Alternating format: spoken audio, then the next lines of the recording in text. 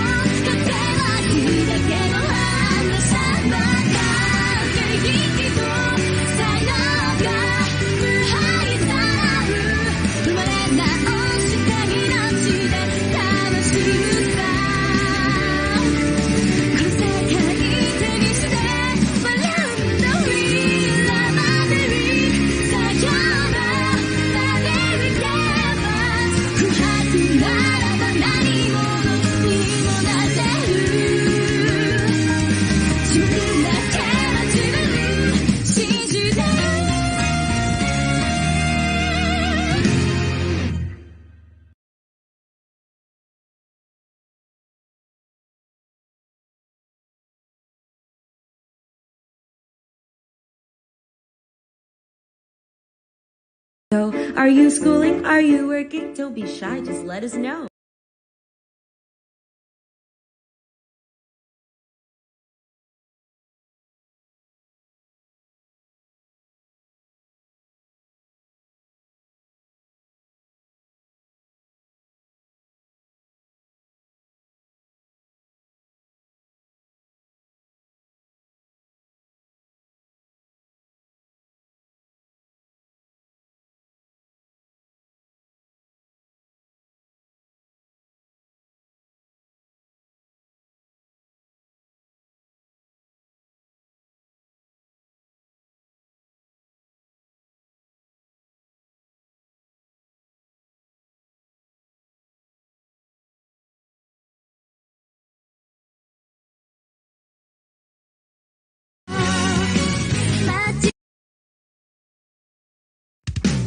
Just be my real, I just be my shine. 空に Raise the light.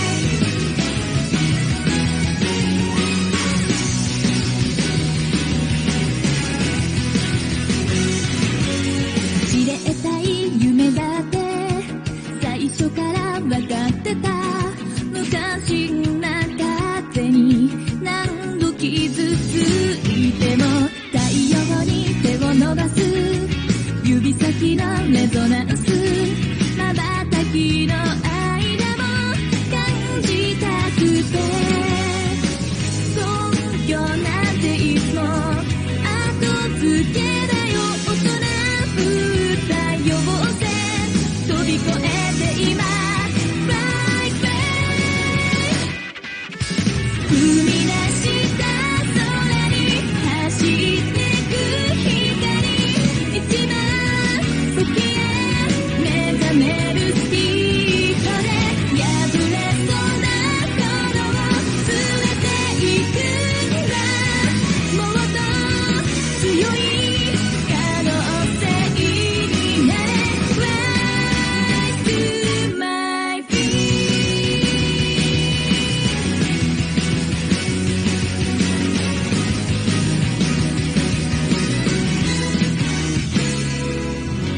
主張してしまうのは追いつけていないからあの風と肩を並べたい絶対透明なこの道を自由自在自分次第イメージできるような私でいいよ待ちくたびれたフライングから明日行くの過去最高に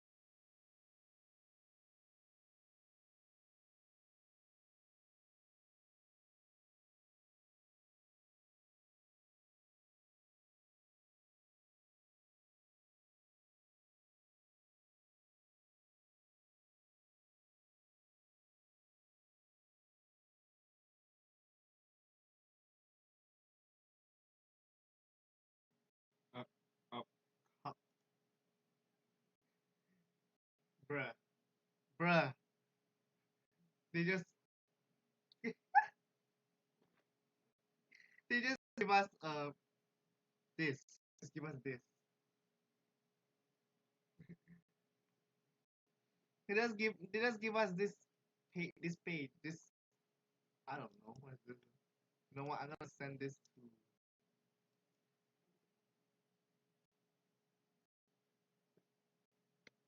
no Zoom meeting. You know what? People just take this link. Take this link with you.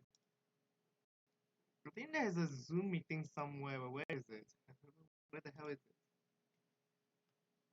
Wait, I need to go find the meeting. Where is it? Is it from is it LTA? Hold on, is it from LTA? 12 bruh bruh 12 p.m. onwards. Guys, we'll be bamboozled. We'll be bamboozled. It started at 12 p.m. instead. Jesus. Now we know. Now we know. Now we know. Now we know. Guys, he'll come back at least. He'll come back at 12 p.m.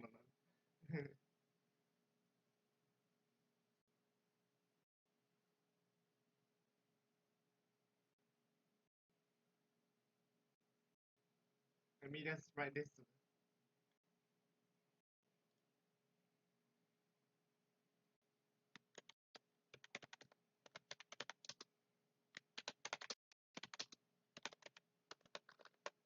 Let me write this thing.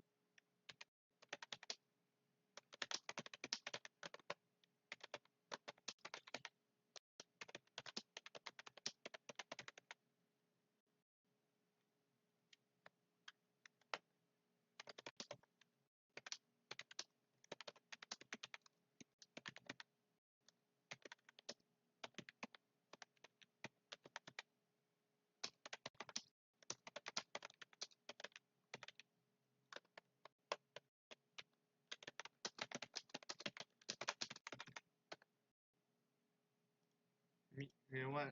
You know what? I'm gonna be nice to you all. I'm gonna post this. I'm gonna write. I'm gonna put this. If you're Discord, you can just go to here. You know what? Let me read through. Let me read through this one. Let me see.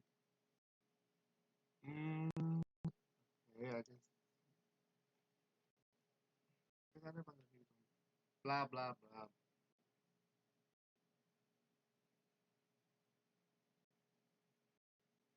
There's a there's a QR code over here. Hold on, let me go. There's a QR code. Let me scan. Let me scan this QR code. Hold up.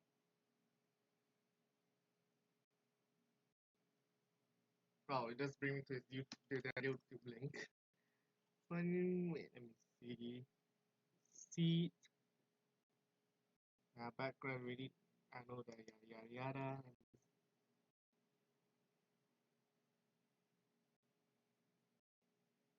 Hmm. It it's okay. There's nothing else. It's just showing foods, everything. It's literally nothing else. It's just showing these things. These.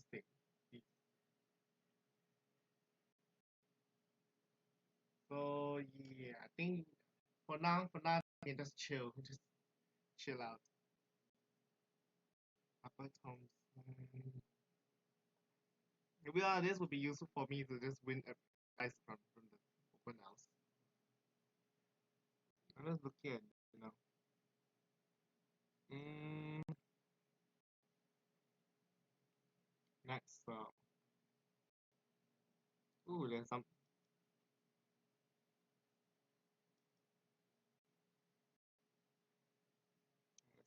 There's a lot.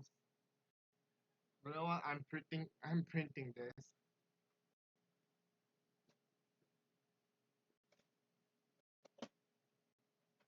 Yeah, I'm printing this out right now.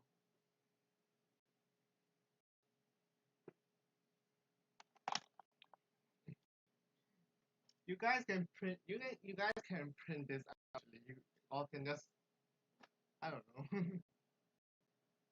You just. I don't know how you're gonna print this out, but actually it's possible. It's possible to print this.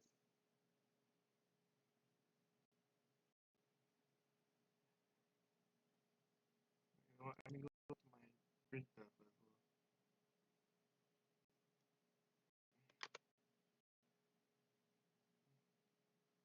Yeah, this one.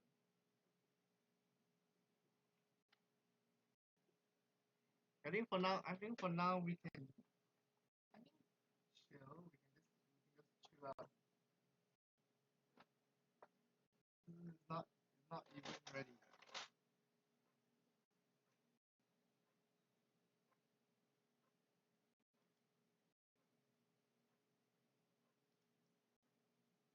Yeah, there's nothing.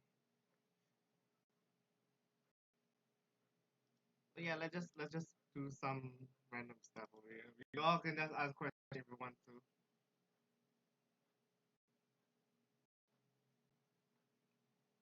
I think I'll be doing something. I think I'll do something before this event starts. Let's play. You know what? Let's just play some games while waiting. I'll be off my mic for a moment.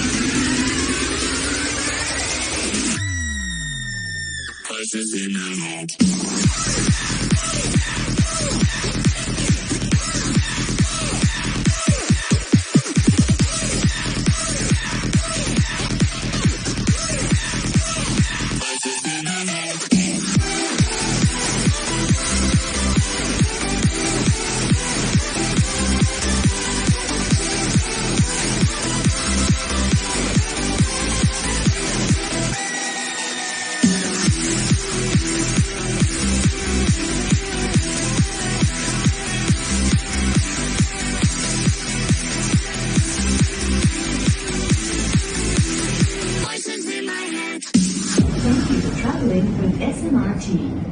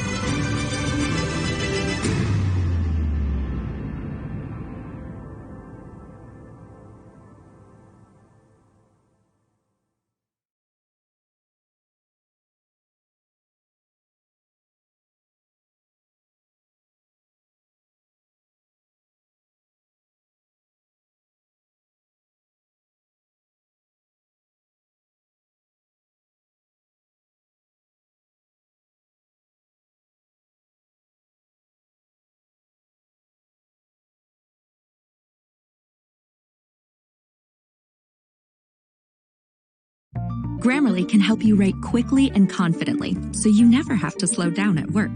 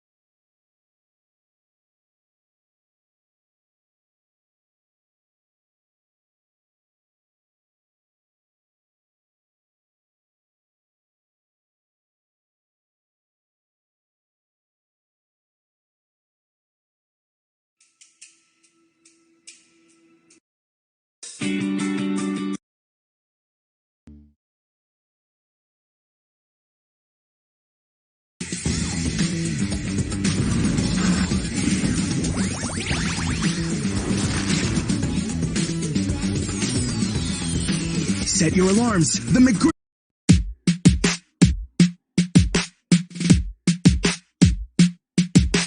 What's up guys, welcome back to my channel. If you're new here, welcome. Grab a seat and strap in, cause we're about to have some fun. Now today we're gonna take a look at the Australian version of the reality show called World's Strictest Parents. Basically the whole premise is that children are sent to live with strict families in another country. Now in this episode that we're gonna watch, a pair of Aussie kids called Zane and Memphis was sent to live with a Singaporean family. And as you can expect, things go crazy. So without further ado, let's dive right in. Zane and Memphis won't know what's hit them when they move in with the Chua family. I believe in authoritative parenting. For me, it's a no means a no.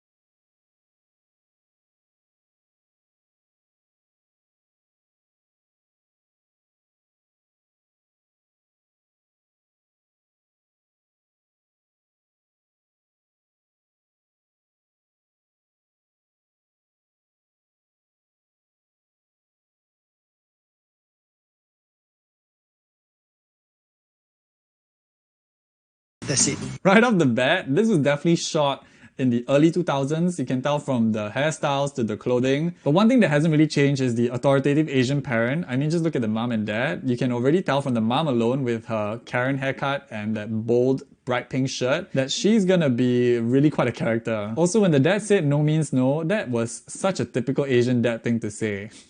Pa, can I go out? No. Can I get a dog? No. Can I do anything? A no means a no.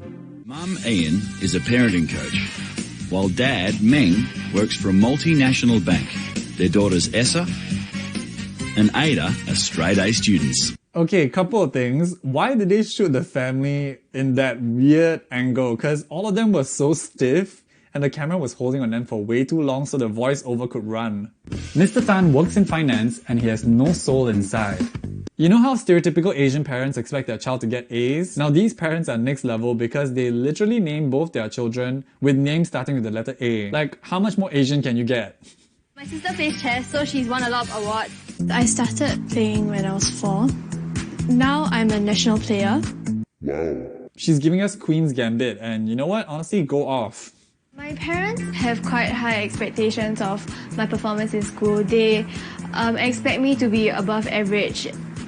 Their major role is in performing the job of being a student. The job of being a student. What was this? I thought she was gonna put like quotation marks, but she did the Italian hand thing, like the job. It is the job of the student. What is this about? Ma, why must I do homework? It's your job. But why must I clean the house? I say it's your job. Why I need to wash the dishes? It's your job, Mario.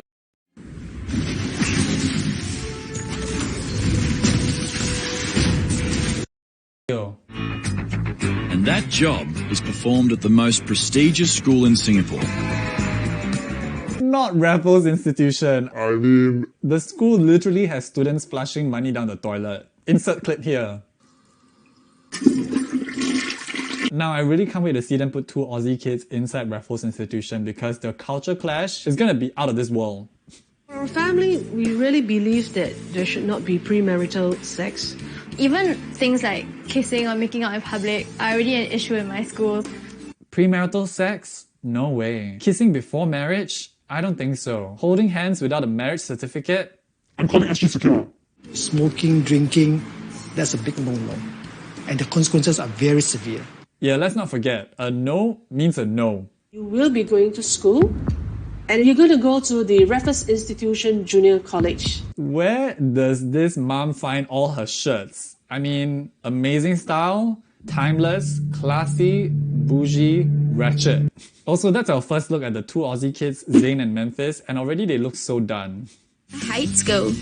Probably the worst thing she did at school was when she picked up a chair and threw it in the classroom, yeah. Never really did like school. By teachers' advice, they sort of said maybe he should leave. I didn't really learn much.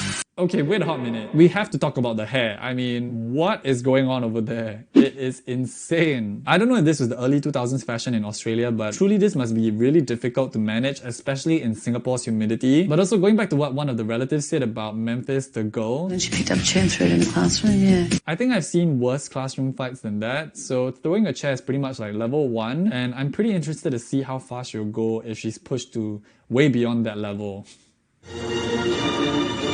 Tidy hair or not, something tells me Zayn would always stand out at this school. 99% of these teenagers will go on to university. Zayn and Memphis, however, dropped out before finishing high school. Looking at this scene of morning assembly is giving me wartime flashbacks. Why were we made to wake up so early to stand in a parade square like that? I can never understand it and I don't want to go back to that. So I can really feel for Zayn and Memphis here because they already look so done on day 1. And can you imagine this is just the start of the day? It's pretty much gonna go downhill from here, I'm sure. Quality. So as to achieve happiness, prosperity, and progress for our nation. No, stop that. Look at what she's doing. The hand placement, so wrong. But also, why were they made to take the pledge? They could have easily just put their hands by the side. I don't know who made them do that. There's just way too much going on here. It's really chaotic. I hate school, I want to go. Yeah, I don't like school, but I want to. There's probably not a chance I'll enjoy it. They look so sad on the first day and they've been pretty much thrown into such a strange environment, and of all places, RI. So the next thing they show is both Zayn and Memphis going about the typical day of a student in RI, and they pretty much just go through the usual timetable, sitting in lectures, doing sports, and they look so sad throughout the entire thing, and they pretty much just sleep through every lesson. But also, come to think of it, I'm pretty sure all of us were like that at some point in school, because there was probably one time where we had given up, and that was how we looked like. No, I didn't learn anything. I learned that if I sleep on my arm like that, I get a sore arm.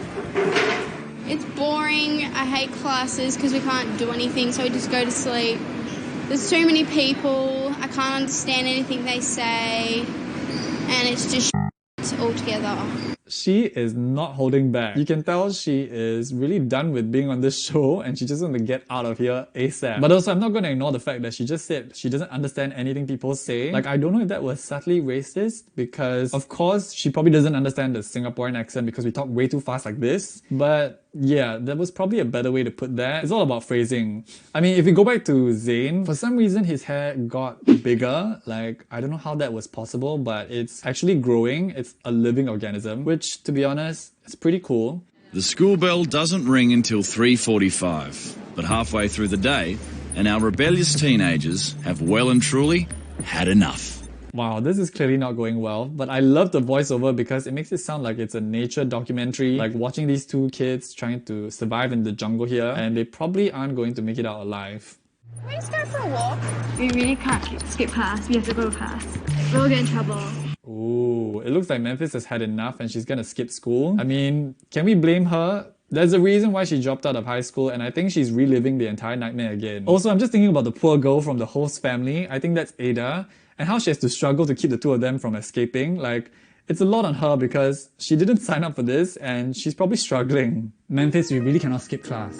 If you really want me, right, you should chase after me. We gotta look around there. No. You can go to class. No.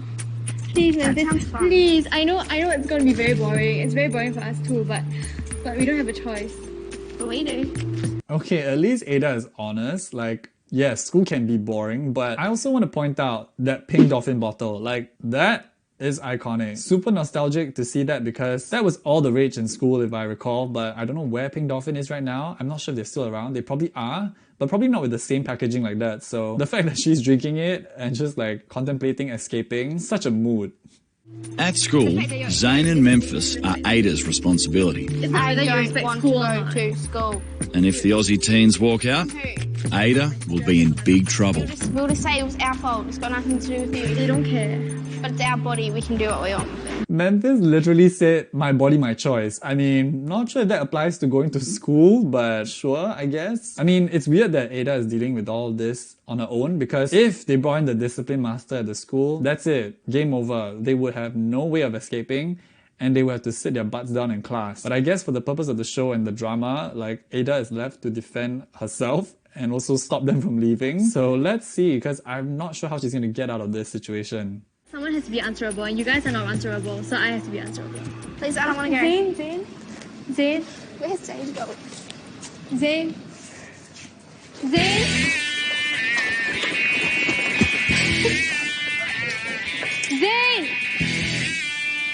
Oh my goodness. Those two literally said, let's play hide and seek. What is going on? This is mad because I don't think it's that easy to skip class. Correct me if I'm wrong, because there's probably going to be a lot of people walking around and you'll be noticed really easily. But I guess they're at this point in time where everyone's in class, so that's why it looks so deserted. But poor Ada, she's now on a wild goose chase.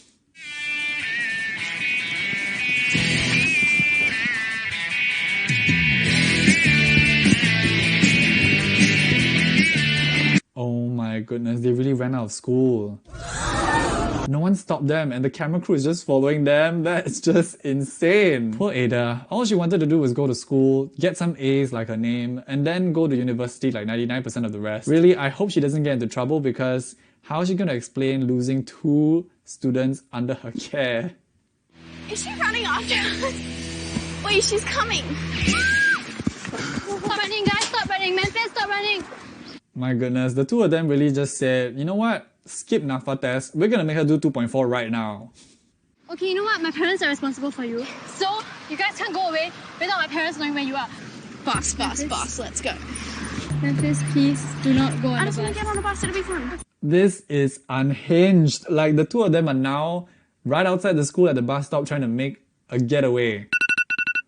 Why isn't anyone stopping them? I mean, Obviously, Ada is not going to be able to stop the two of them alone, so I don't see how this is going to end well because, yeah, you have two Caucasian kids under your care, 2 against 1. We know how this is going to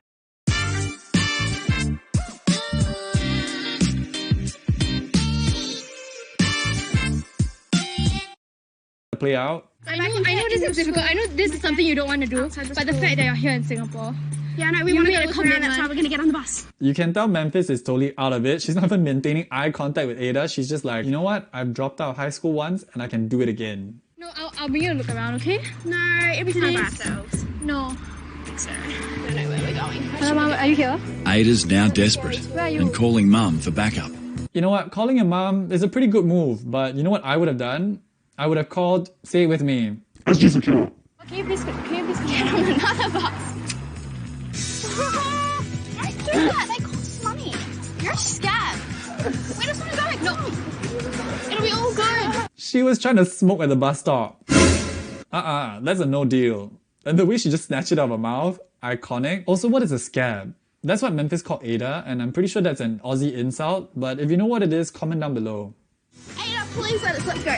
Our strict mother is on the way. Please close the door, please close the door. Please close the door, please close the door. The question is, can she get here before the teens take off? This is way too much. I mean, look at how hard Ada's trying to pull Memphis off the bus like that. It's ridiculous. I mean, this was probably before the smartphone era because you know people would be around the area with their phones out trying to storm them if they saw this. Also, if I were the bus driver right now, I'll be super confused. Like there's a camera crew and 2 girls struggling to get on the bus. One wants to get in, one wants to get out. What is he to do? Girl, so you want to board the bus or not? Everybody waiting, you know. Hurry up lah, take your EZ-Link card, TT, then go lah. Dude, you gotta rip my goddamn out. Okay, so apparently that's the end of the clip. Okay, I was kind of expecting a lot more. Like I thought they'll show whether the kids escaped or whether the mom arrived in time. But I guess that's it. Maybe there's a part 2 in store. I don't know. Comment down below if you want to see that. Anyway, I hope you guys enjoyed this video. Don't forget to like and subscribe. And I'll see you guys in the next episode. Bye! YOLO, say no, no. YOLO. YOLO. You only live once.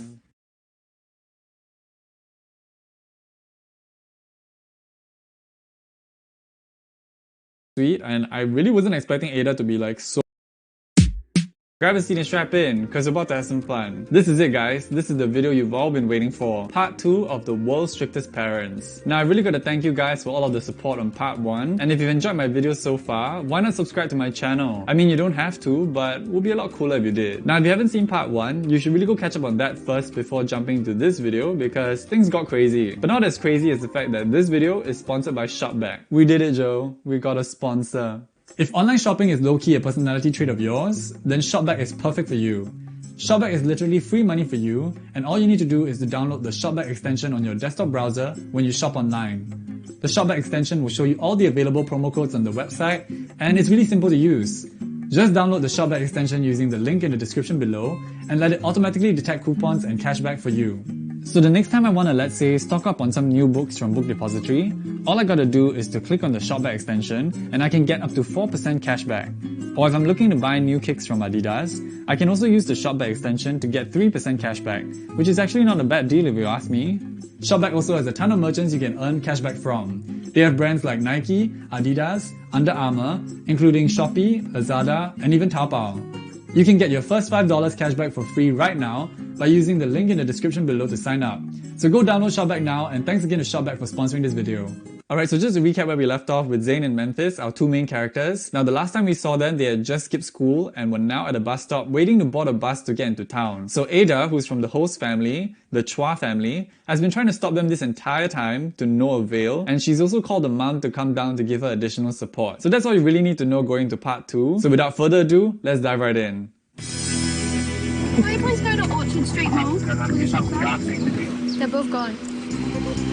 Yeah, I can't do anything. They're not listening to me. Poor Ada, she really doesn't deserve this. I mean, this morning she probably woke up thinking, you know what, I'm gonna go to school to get some A's. And now she has 2 Australian kids on the loose. Tens of thousands of Aussie teenagers wag school every day. But in the Chua family, this behaviour's unthinkable. And Ada's devastated. I guess I've done my best. I mean, I've only known them for 2 days. Nothing much I can do. Yeah. She doesn't look devastated, more like sian, if you know what I mean. Like, she just wants to get back to class and she doesn't need to deal with all this shit. I feel sorry for her, but still don't want to go back to school. Yep. She looks like she's about to cry. It's probably the most hectic things that have happened in her life. I'm gonna go back for my lessons because I have exam day and I have duties. So yeah, I'll just go back. Yeah.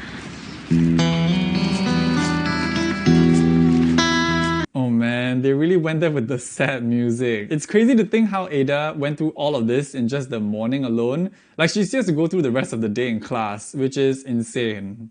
Zane and Memphis, on the other hand, are living without a care in the world, like they always do. So Zane and Memphis are clearly living it up at Orchard Road, and even Memphis is smoking, which is definitely not allowed. But I just noticed that they both brought a change of clothes, which means that they had planned this all along, and Ada really had no way to win. So I guess you can say Zane and Memphis, they really woke up today and chose violence. So Zane and Memphis continue with their antics along Orchard Road by pretending to be buskers and disturbing the public in general. But that all comes to a stop when Mrs. Chua finally steps in. Memphis? Hi, do you know who this is? Auntie Ian is fuming. Oh, it's about to go down. Because they have breached the rules of respect, they will not be allowed into the house until they're settled that they're going to be willing to respect us and build this relationship again. And we can't continue this relationship if rules are broken. That's it for Zane and Memphis. They have clearly not been performing the job of a student. And Auntie Chua over here has had enough. She's gonna end the relationship. Hi. April Fools. What? April Fools. Why? April Fool's Day. Okay, but why did he choose to do this confrontation in the middle of some random car park? I mean, I didn't know Auntie Chua was a gangster, but you know what? I'm here for it. If you want to continue staying in my place, are you ready to respect what I say? Yeah, but I don't want to go to school. Can I hear a yes? Yes. All right. Yeah. Memphis, I need the answer. Are you going to obey the house rules? Yeah, the house rules. Okay, so Zane and Memphis clearly just said yes so they can get Auntie Chua off their back, but I really don't think they've learned anything or feel any sort of remorse, especially because Memphis keeps rolling her eyes. I don't think it's a good idea for them to get back to school. I kind of made up my mind they're not going back to school anymore. Wow, Auntie Chua clearly did not live, laugh, love what the two of them did, and I guess the both of them are grounded now. Seems like it.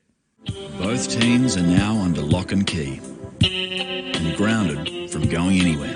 Yeah, I did feel like I let her down, but like, she's just got to understand that, I don't know, it's different over here and I wouldn't be able to get used to it. Like, it's not fun, not a fun place, not a fun culture. I love how the two of them are now like stuck at home under stay-home notice, but for Zane to say we have no fun culture, I feel personally insulted. Like, has he not heard about the cuckoo bird cheer? Now that's fun culture. It's a sign of disrespect, a sign of defiance, it's a sign of I couldn't care. It's not right. It is not right and it's not okay. And in this household, no means no. I like how Uncle Chua finally makes an appearance because he didn't really do much in the first half, but I kind of wish he said his favourite catchphrase. A no means a no. Instead of feeling guilty, Memphis is about to make the situation even worse. We're waiting for everyone to go to bed because we're attempting to have some fun. All we really have to do is figure out which key opens which door to the front door and then we're good to roll. No, they're trying to escape. Didn't they learn from their first attempt trying to escape from school? I mean, you really gotta give it to Zane and Memphis for not really even trying to get with the program, but I don't see how this is gonna end well for them. Thing is, the house keys are kept in Auntie Ian's bedroom, and she's just been caught. Oh no! Damn, Auntie Chua was on her toes that night. She was not gonna let the two kids out of her sight again. Yeah, I'm going to check you, alright? I didn't steal anything. Alright, I think you have really done something that really breached my trust. Okay? It was wide open and I just... It doesn't mean that you can get in and touch my things. Okay. I saw you touching my things. And I'm not going to talk to you anymore because I need to calm down. I'm really frustrated with what you've done. Are you kidding? I'm not going to talk to you because I am really frustrated. Yeah, so I'm not going to talk to you now because I need to calm down. I don't want to talk to you! Sorry. That's great. God, you're an idiot. Damn, Auntie Chua has had it. She's had it up to here. You can tell she's really pissed off, and I'm honestly quite surprised they managed to capture all of this footage, which means that the camera crew actually stayed with them all through the middle of the night. Insane. So Memphis eventually realizes her mistake, and the next morning she returns the key that she stole from Auntie Chua. Now because the two of them are not permitted to go back to school, the Chua family decides that they would both do some volunteering in the neighborhood instead. The teens will volunteer their time at Meals on Wheels. We don't actually have to do it, do we? Yeah, you have to. Think about all the fun stuff you could be doing instead of volunteering. It's all about karma, really. Just karma. Okay, so a couple of things to process over here. Number one, let's not forget about Zayn's hair. Like, it has never been bigger than this, and it just keeps growing. Mic check 1, 2. Does my sound good, guys? Huh? Always think of how we can make somebody else's day better. Everyone can do something. Nothing's too big and nothing's too small. We as business owners have the responsibility to shape this vision of doing good. The happiest people are not those getting more, but those giving more. I believe if you can, you should give. Together let us become the city of good.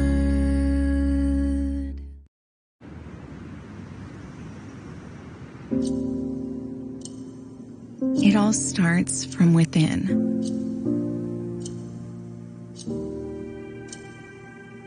The drive to discover new experiences.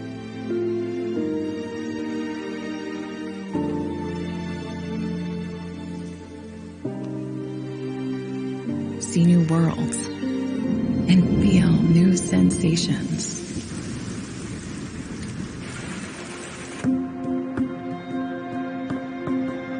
In pursuit of ideas and inspiration.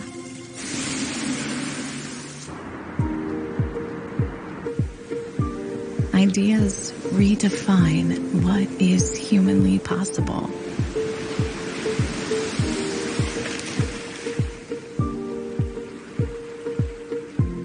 They create progress.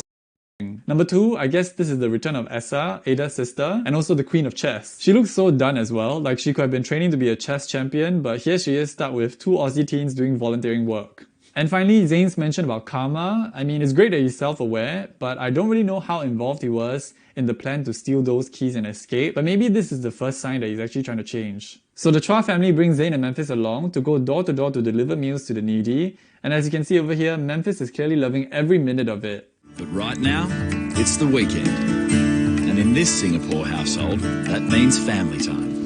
Mum, Dad and all the teens will spend the day together. Having fun time is really important to our family. It is the way in which we build our memories and... Wait, did you see Auntie Chua doing that thing with her hands over her mouth? Like she was doing a morning call? I mean, don't they have alarm clocks in this household? You know, the more I think about it, it's actually kind of funny if Auntie Chua's morning call is basically just the sound that the koel bird makes. Like she just goes around the entire household going ooh the whole morning like that.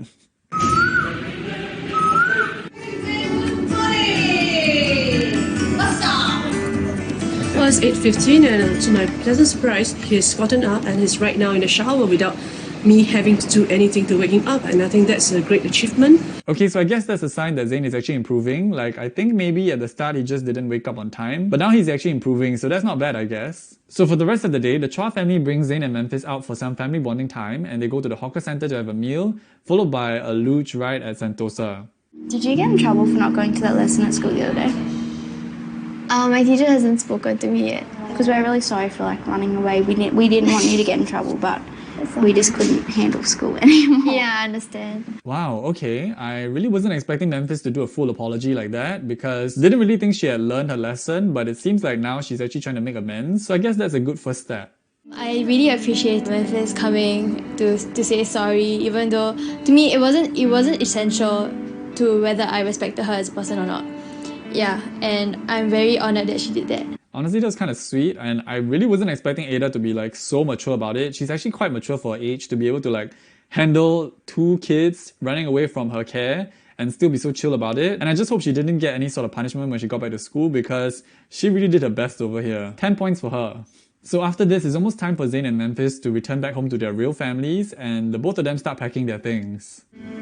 I respect that Ada's like, she wants to get somewhere in life, like she wants to be something, like she wants to go to university and that. When I compare our lives, yeah, I feel a bit outdone. I don't know, it makes me think that I should probably do something with my life. Okay, let's just go back a few frames. Did you see the supply-demand curve over there? Like, that is giving me wartime flashbacks, and I don't like any of that. So yeah, I'll probably have to make a few changes when I get home. That's actually nice to hear from Zayn because I was really skeptical that this entire show would be able to make some change in the two of them over such a short period of time, but hopefully they actually feel changed by this experience, like they actually do get better. Hey guys, are you all ready? During this short time, I really see hope because I see them trying to do something better than what they normally do. Again, Auntie Chua is out with the big pink shirt, and you know what? 10 out of 10 for that. So this is for? Getting up. We're having a great time, remember? Wait, did Auntie Chua just give the both of them a clock? I'm pretty sure in Chinese culture that is a very inauspicious gift because that kind of essentially means you want to attend their funeral if you were to translate the meaning of giving someone a clock. I don't get what Auntie Chua is trying to say here when she said it's to have a good time. Maybe she meant have a good time in the afterlife? I don't know about Zayn or Memphis, but if anyone gave me a clock as a gift, I would definitely say no. Because no means no. So Zayn and Memphis say their final goodbyes to the Chua family, and the both of them make their way back home together with the clock that they got from Auntie Chua to enjoy whatever remaining time they have left. After coming here and having a new experience, I realised that I do need to get a job or else I'm just going to not be anything. It was hard at first, but getting to know them and seeing what they're like as a family, they're actually pretty nice and it's been fun. So the both of them reunite with their actual families, and I didn't even realize until now, but both Zayn and Memphis are actually not related at all. Like for some reason I just thought they were siblings, I didn't even question it, so it was quite a surprise to find out that they both were unrelated. So I don't really get how they paired them up together for this show, and I must have definitely missed out something at the beginning, but that's all good because the two of them ended up with a pretty happy ending, I would say. So I guess that's the end of part 2. I hope you guys enjoyed it as much as I did, and thanks again to ShopDeck for sponsoring this video. I really can't believe I managed to get my first sponsor, and I really hope you guys will support me by checking out the link in the description below. Don't forget to like and subscribe, and comment down below what I should react to next. I'll see you guys in the next episode. Bye! YOLO, say no, no. YOLO. YOLO. You only live once.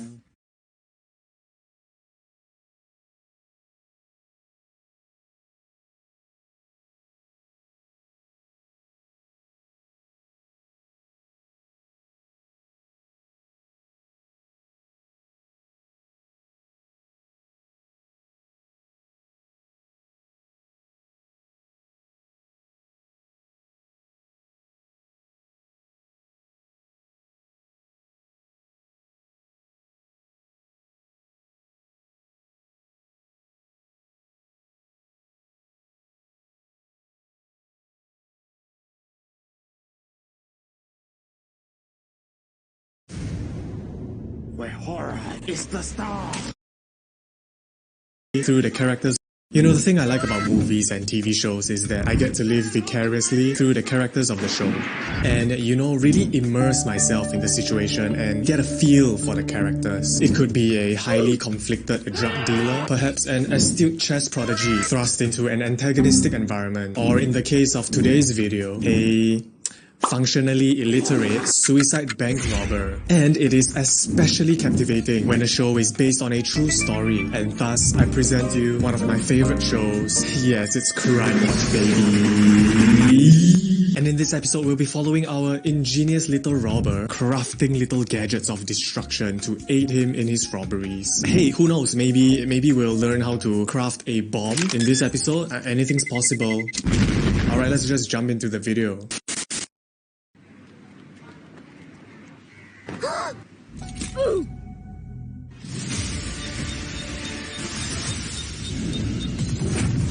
Oh my god, already such an intense intro. What the fuck was that? A frantic man rushes out and flings Batman's utility belt? Why? What's going on? Where's Batman?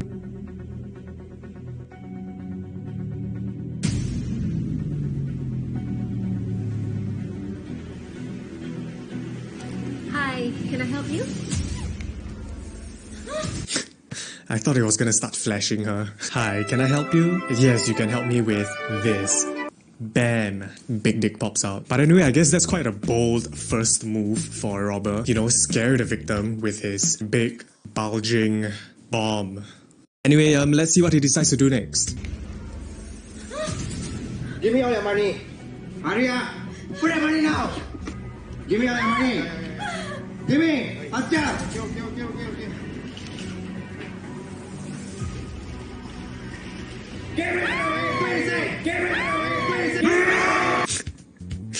Dude, calm down, man. You're in the middle of a shopping mall. I think a little more subtlety and tact would be better in this situation. You know, maybe something like, hey, give me your money or I will blow you to pieces. Your family won't even recognize you. And I'll do it with Batman's utility belt. Like, I think that would be better, you know, instead of, give me your money.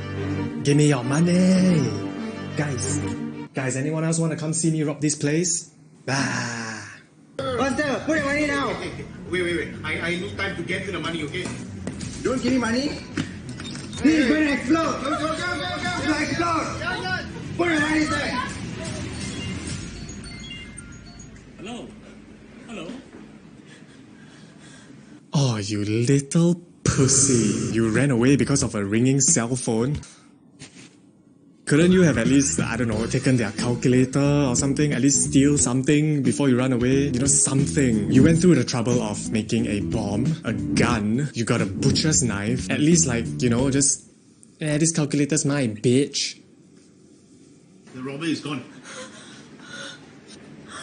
But what about the bomb?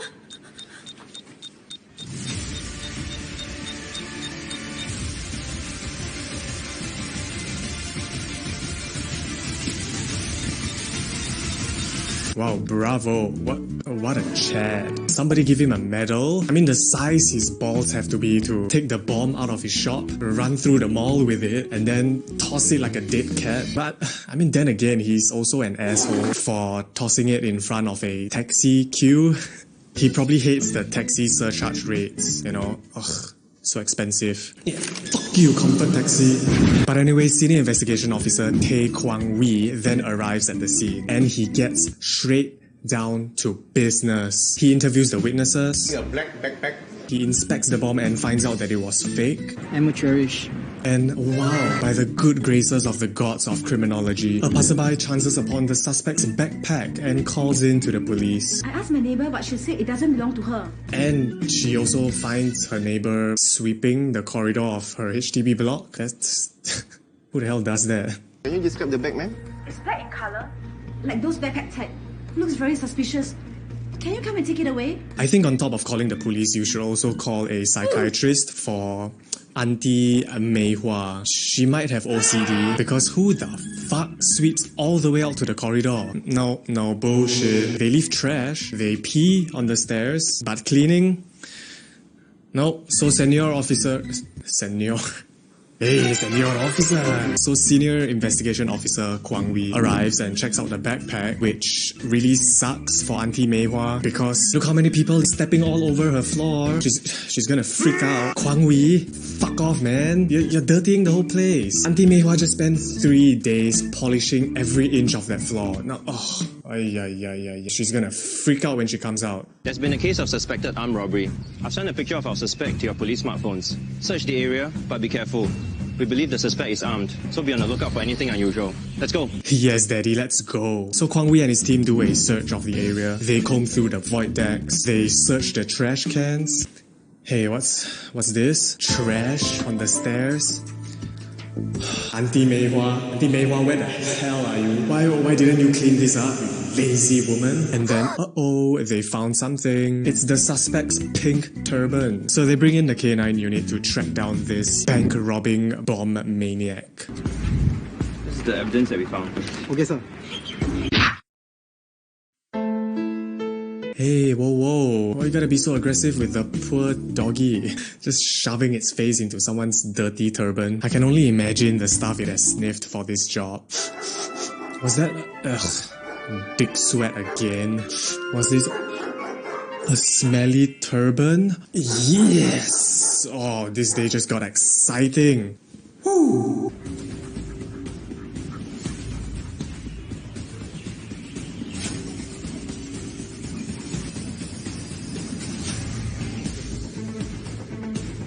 Sir, the dog has lost the possible trail of the subject. Wait, what? That's it? What was the point of that whole sequence? We had an epic intro into the K9 unit. Poor Rosie the retriever was force-fed a turban, and then there was a good 30 seconds of this whole montage tracking the suspect, and it all amounted to... Sir, the dog has lost the possible trail of the subject. Rosie, you're fired, man. You know, maybe it's time to terminate Rosie. She's getting a little bit too old for this job.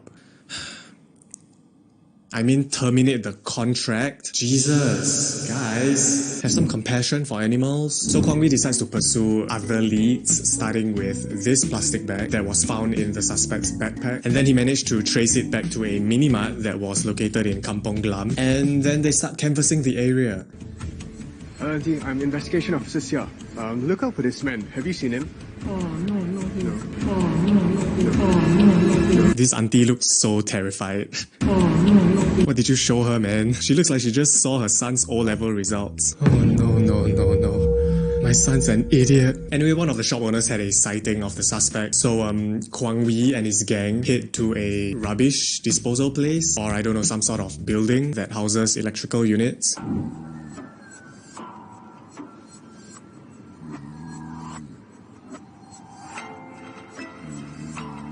Bingo, baby! The suspect is found fast asleep in a very shady place. God, that looks so uncomfortable. What is that? Fucking toilet pipes? Poor man.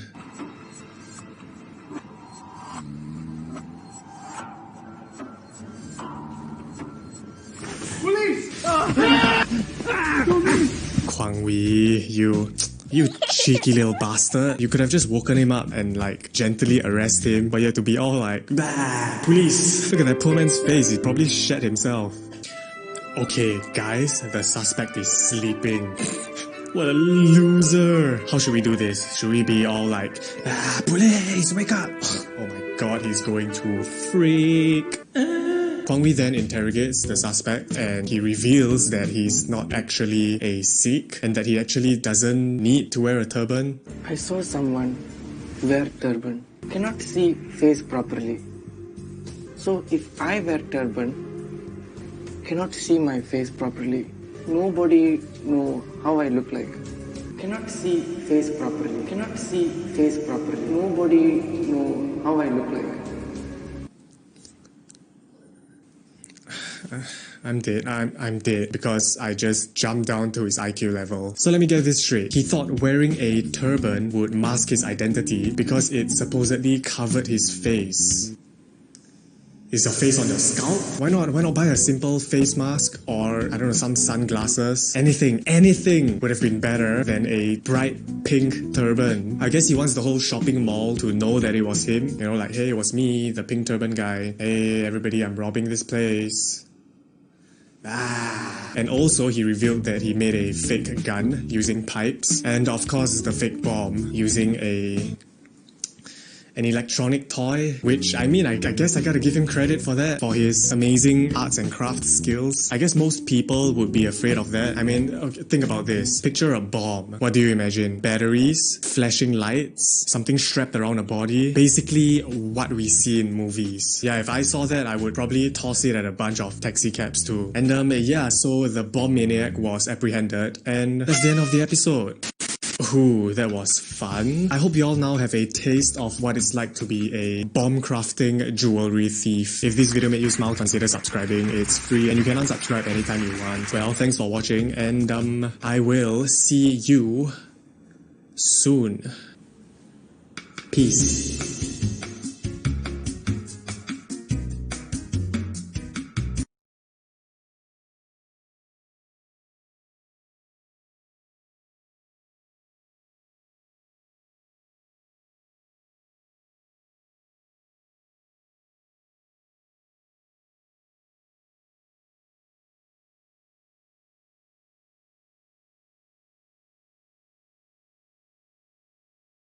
Hi everyone! Today we are bringing you some good news. The arena mode will be revamped soon. Let's take a closer look at the major changes now. First, let's look at the battlefield. To make battles more delightful to watch, we have redesigned several visual elements in the background. The river, gems, and vegetation all look more vivid and delicate. The whole scene now has better lighting effects. Second, we removed the rank limit of drawing cards.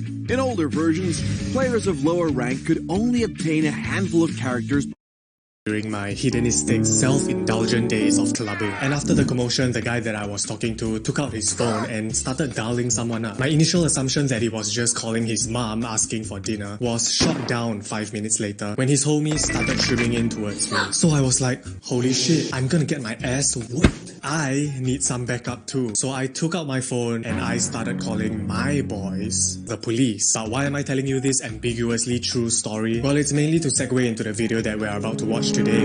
Boys Town Youth Reach Youth Mediation. And in this locally produced gang awareness video with just top tier acting skills.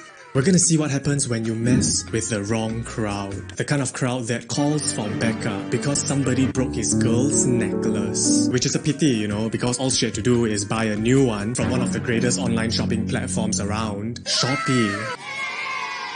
Yes, this is a sponsored video. Shopee actually reached out to me for a sponsorship even after I made fun of them. Now that's cool. If you need to buy literally anything, Shopee is the go-to online shopping platform. I mean, we all know Shopee, they have everything under the sun. From electronics to appliances to health and beauty products. So what better time to replace your old household items than during Shopee's 2/2 Chinese New Year sale. Shopee is having a huge Chinese New Year sale right now. So if you're doing any Chinese New Year shopping, you might as well leverage on the huge discounts that they're having on a whole range of products.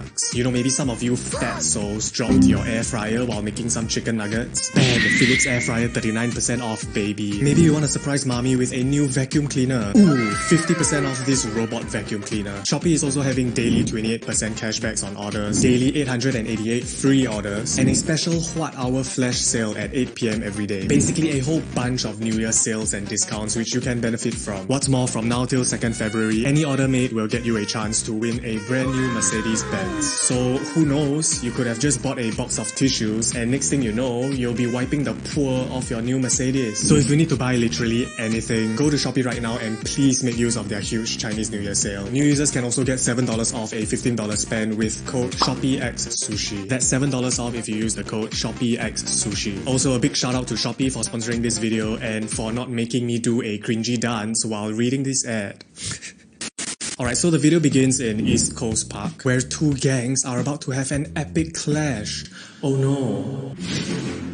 The mobile customer that you've reached is not available. Hey Joe, what's going on? Are you okay? Nick, gang fight. Now, die. Gang fight? Where? When? Holy shit, I'm getting excited. What's going on? Why is everything in slow-mo? How did this guy run from East Coast Park all the way to Tampines? Let's find out. So we flash back 6 months ago, where it all began at a skate park. You know, where all the cool kids hang out. Yeah, skating, dude. Yeah, man. What's up, bro? That was awesome. Yeah, man, it's like you're flying, man. All it takes is practice. Then you can be as good as me. Maybe not as good though, but close. Yo, fuck your accent, man. What is that, a fake accent? Maybe not as good though. Maybe not as good though. What the fuck was that? He's like that one friend who studied abroad for 2 years and all of a sudden when he comes back, he's English. Holy cricket. I can't believe how great this kopi o tastes. Lar. Okay, you know, maybe I'm being a little bit overcritical. Maybe that's his real accent. I don't know. It could be, but it sounds really fake. Compared to the accent that I just did, it's maybe not as good though. But anyway, we are soon introduced to two youth outreach volunteers, Jufri the jock and Terry the... What the fuck are those tattoos? Ugh. Those are horrible looking tattoos that are so blatantly fake. Hey, who's the producer of this show? My man Terry here is such a good looking dude, really good looking dude. And you had to screw him up with a tattoo of a dragon trying to suck its own dick. But anyway, Terry and Jufri decide to go make friends with Mr. Fake Accent, who kinda looks like he wants to make out with them. Why are you pouting, bro? And then blah blah blah, friendship montage, and then they all became good friends. But you're okay now, right? You're a youth worker. I've seen you.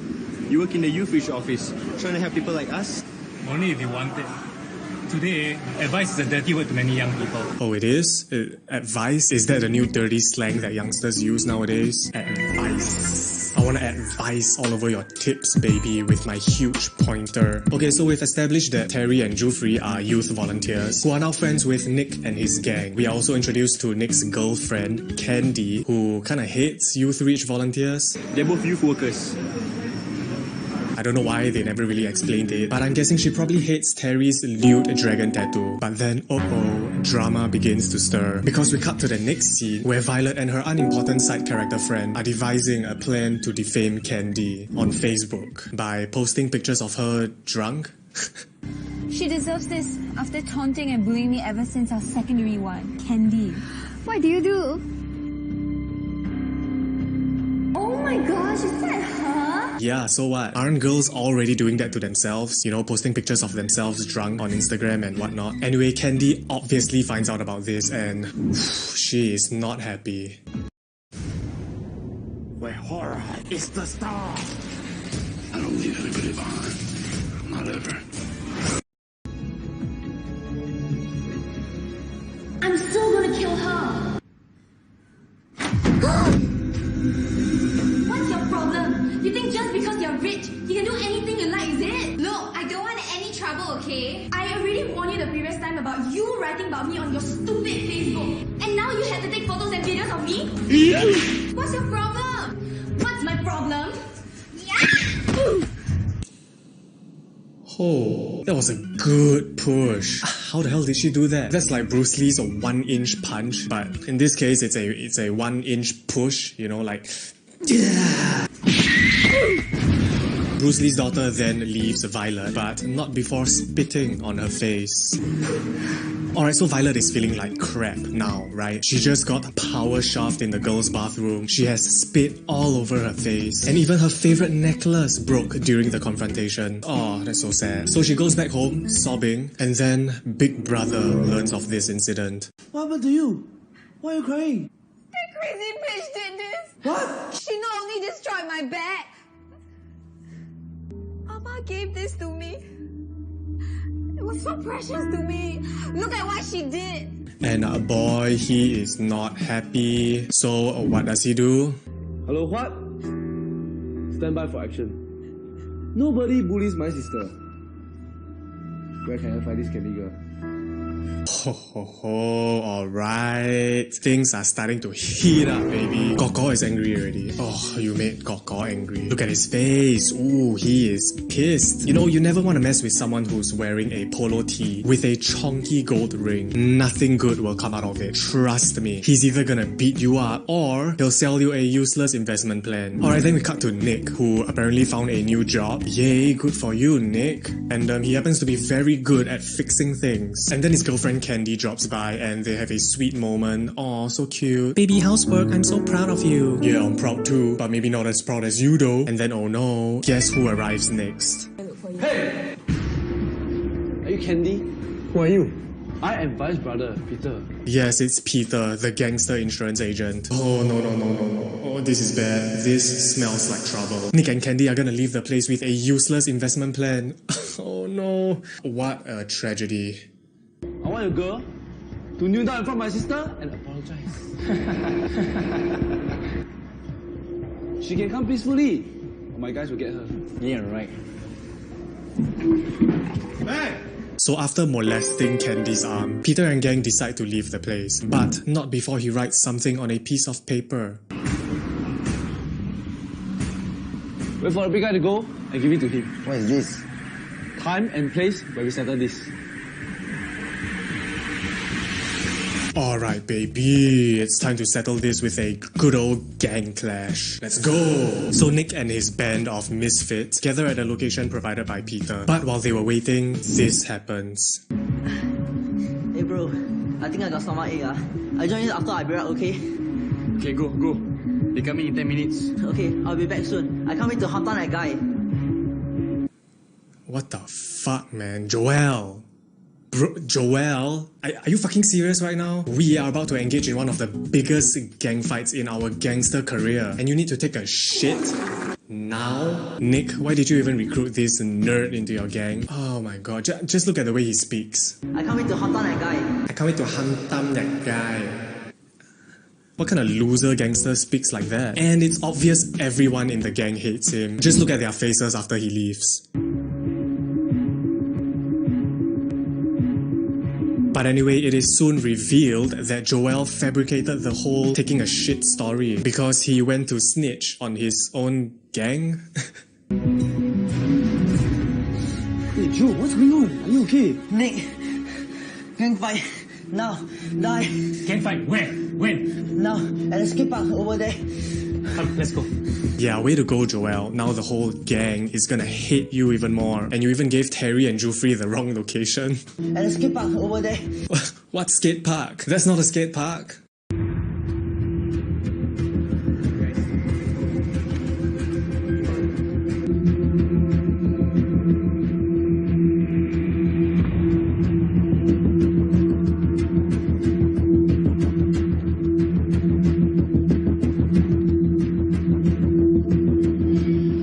How long is this walk gonna take?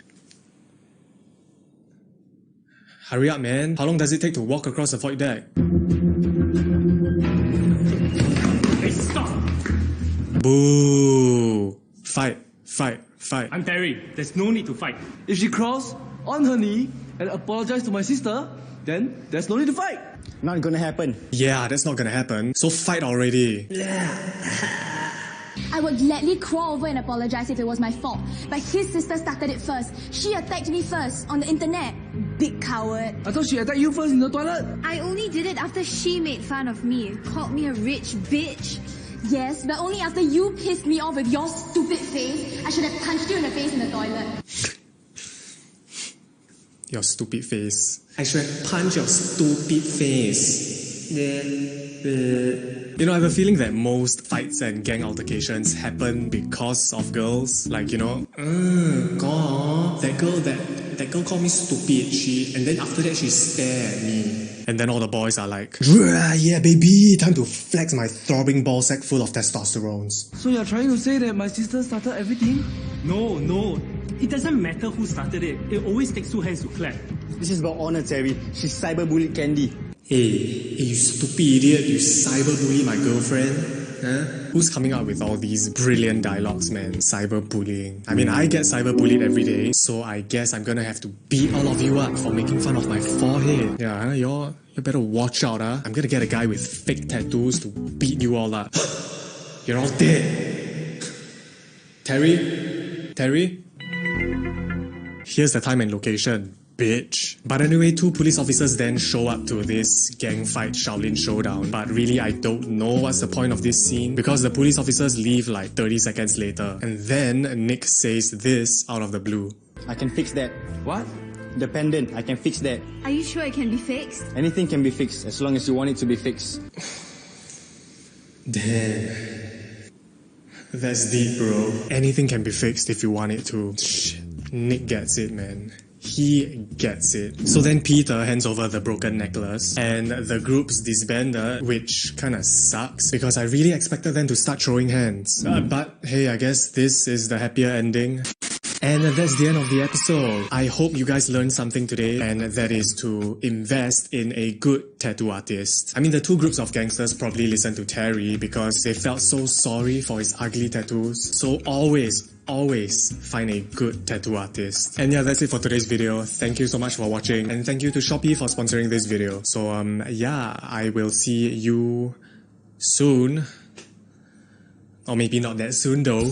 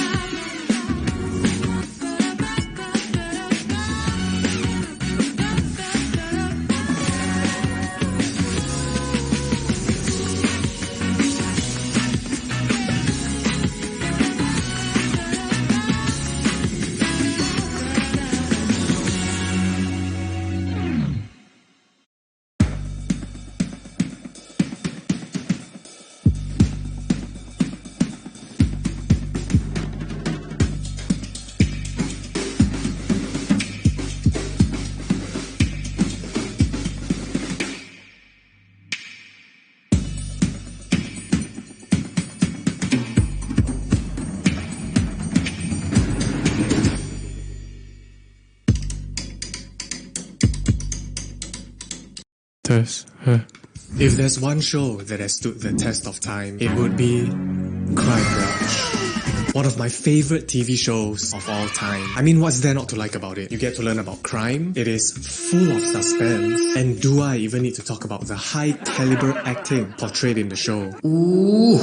I love that show. For people who don't know, Crimewatch is a Singaporean TV show produced by the Singapore Police Force. It's not really a show that makes your butthole clench up in excitement or cause sweat to drip down your nipples because of the gripping storyline. If anything, it makes you thankful for your Netflix subscription because then you're not compelled to watch such a shitty production. But to me, that is the very charm of Crimewatch. This low-budget, government-backed edutainment program is truly a gem that keeps me wanting more. I don't know what it is. Perhaps it's the blend of education and entertainment backed by a government entity that makes this show so mother effing fun to watch. But yeah, enough tickling your ballsack. Let's just jump into this episode of Crimewatch.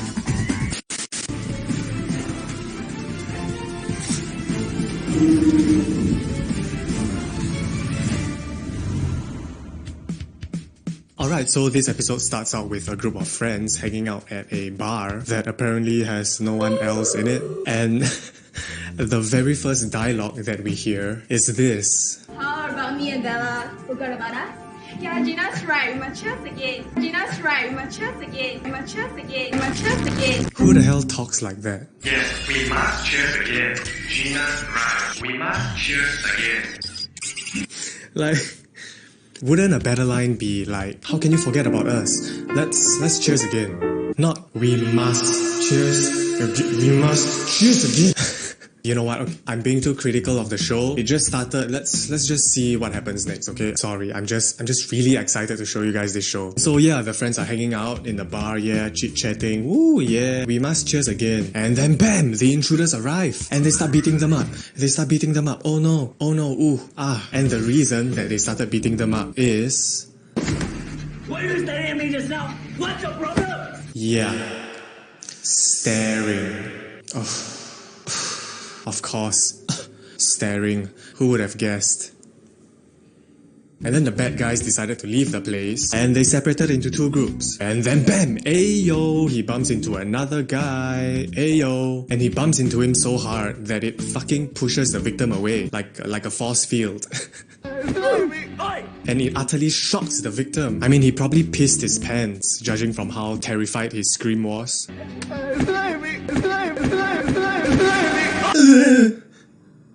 And hey, guess what? The second group that split off earlier also gets into an altercation at the same time. Make a guess what the second group decide to do. Yeah, they beat up another stranger as well. What are the odds of that? And yeah, that was a teaser for the episode. Basically a bunch of hooligans going around town, bumping into people and then beating them up afterwards. And apparently they all have myopia or some sort of eye condition because they obviously can't see where they're going. I mean, that's an abnormal amount of bumping into people. Poor fellas. I just wonder if they're like that at home too. Just bumping into things and beating them up.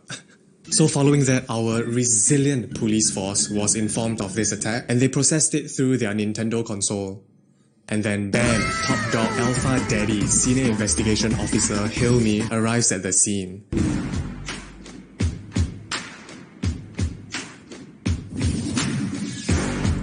Let's go, Hilmi!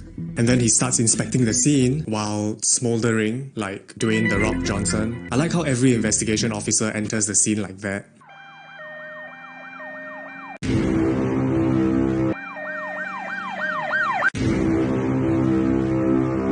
Like, I don't know, what the fuck are you looking at? We are at a crime scene. Are you admiring the Mona Lisa? Just quit stalling, Hilmi. Get to work. What are you looking at? What are you looking around for?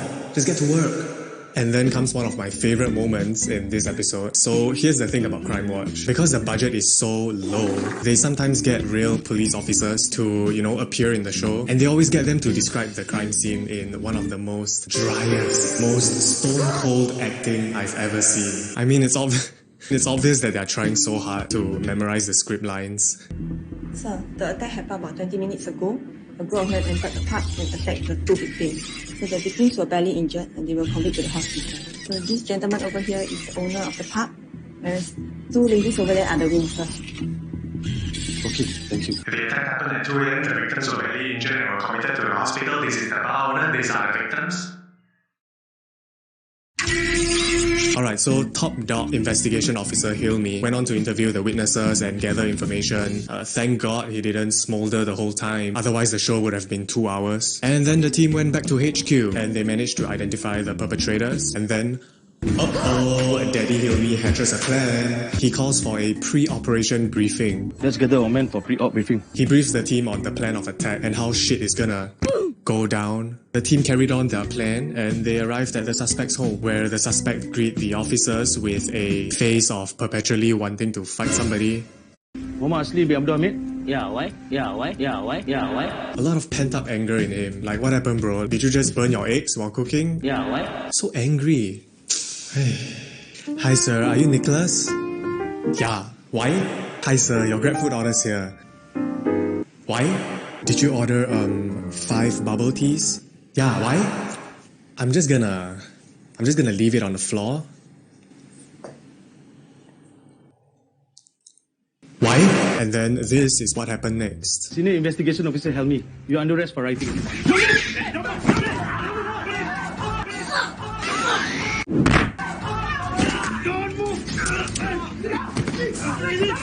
Don't struggle!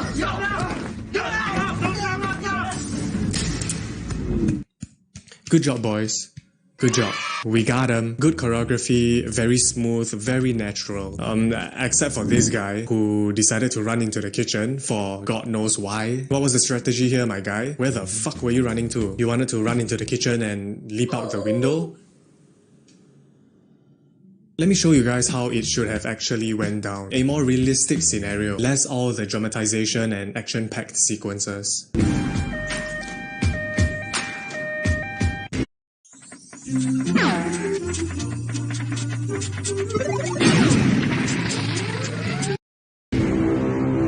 Hi, this is the police and you are under arrest for rioting. Oh no, shit, oh fuck, we haven't finished season 5 of Lucifer. I thought we could watch a little bit of Netflix first. Well, no point running because we are trapped in this apartment with nowhere to escape. Yeah, you're right. Yes, you are correct. There is absolutely nowhere to run, especially not in the kitchen, so don't even bother. Okay, fine. Yeah, makes sense. We're sorry. Alright, so now that they have caught the first few suspects, they went on to interrogate them, starting with this first guy whose hair suddenly exploded.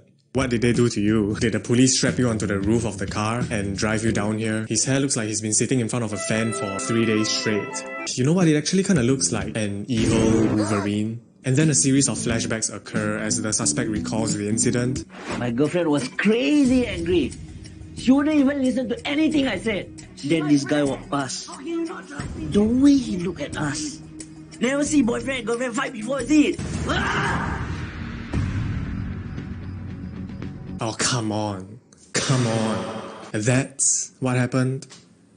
That's what happened that caused you guys to go all Grand Theft Auto and beat up random people on the streets because someone stared at you. What's gonna happen when your Wi-Fi breaks down? You're gonna bomb the fucking Istana? And then the flashback continues and they bump into this guy, the guy who pissed his pants. Oh my god, poor fella. All he wanted to do was chat up this lovely lady and he got beaten up for nothing. Sad. Help me, please. They're hitting my friend.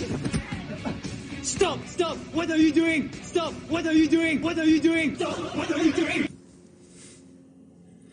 Stop! What are you doing? Stop! Stop! What are you doing? What are you doing? What are you doing? Stop! Stop! What are you doing? Oh my god, the acting. The acting on this show. Fuck, I love it.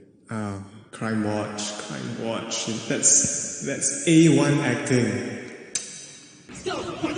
Okay, but kudos to Wei Ming for stepping up to Mr. Wolverine and his wolf pack. I mean, Wei Ming is definitely not paid enough to do this shit. Like, my guy here is a scrawny foreigner, probably an underpaid waiter, who's pissed that he has to work the midnight shift, and now he has to deal with this shit.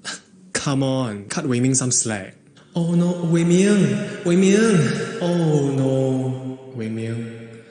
Poor Wei Ming. He doesn't deserve that. What are you doing? Anyway, that was the first group of attackers who was caught. But the second group that split off earlier? Oh no.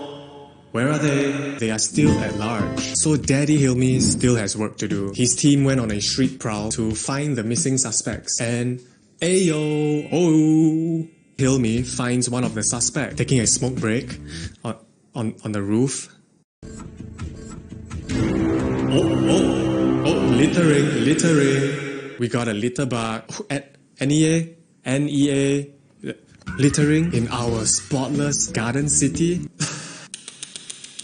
You know what they should have done? They should have made 2 NEA officers approach him, fine him, and then have him arrested. They'll really fuck up his day.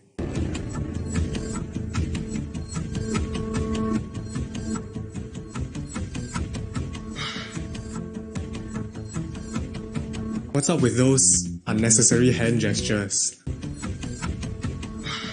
Did he suddenly decide to become a fuckboy? Oh yeah, I just fucking littered, bitch!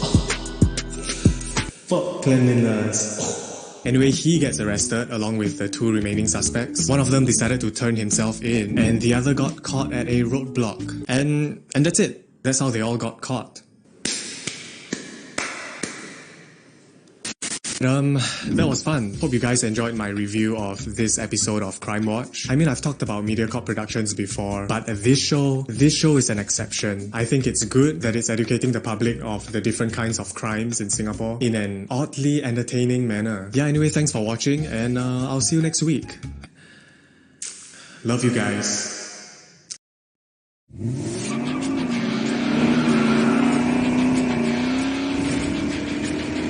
Oh hey losers, welcome back. Thank you for gracing my channel with your holy presence once again. If you are new here, hello you. It's kinda gross. Before we begin this video, I'm gonna pick the winner of the giveaway that I held last week. My inbox is now flooded with your messages. I don't know why I asked you guys to DM me. Kinda regretted it, but I don't know, it was the most straightforward way I could think of. So yeah, let's pick the winner. So I'm gonna pick the first winner. These are all you cheapos eyeing for a free home projector. And boom. Congrats, Miss Titania. Congratulations, Miss Tit. Alright, here's the second winner. Boom. And the winner is Valerie. Oh, you included a little message here too. I would really like to win for my home-based business so that I can conduct my holiday programs for my dance kids, blah blah blah. Oh wow. So please let me win. It would really help my home-based business to go blah blah blah. Well, you won it. Congratulations, Valerie. You are a new owner of a Lumos home projector. I'll be dropping you guys a DM on Instagram after I film this video. Anyway, back to our scheduled program. Alright, what do you get when you take a bunch of rowdy boys, a chalet, and a police officer who loves to walk, and you put them all together? Wait, what do I smell?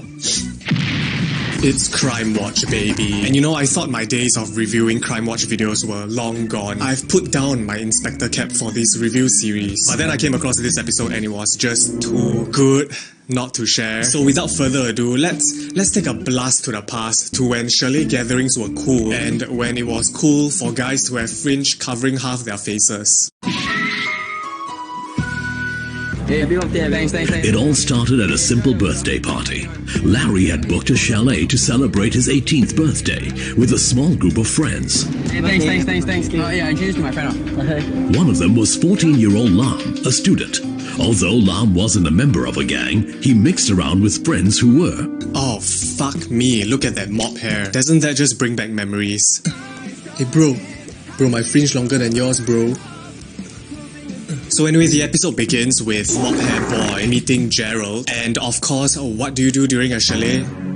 You drink till you manage to puke out last year's Christmas dinner. Hey, who's that? Your girlfriend? Yeah, Judy. Hi. Hi, nice to meet you. Enjoy yourselves. Hey, you're two small boys, man. Not drink too much, Sure, no. More. Okay, cheers. Ah, the good old days when boys would compete with one another to see who could drink more. Hey bro, bota bolampa, cheers. And then 2 hours later, you see Jonathan puking by the bushes. Bro, bota bolampa. So anyway, the kids start drinking, and then a mop hair boy's girlfriend decides to go to the toilet in her drunken stupor. Toilet lah. But she's so inebriated that she can't walk, so this happens. Hey yo, don't touch my girl!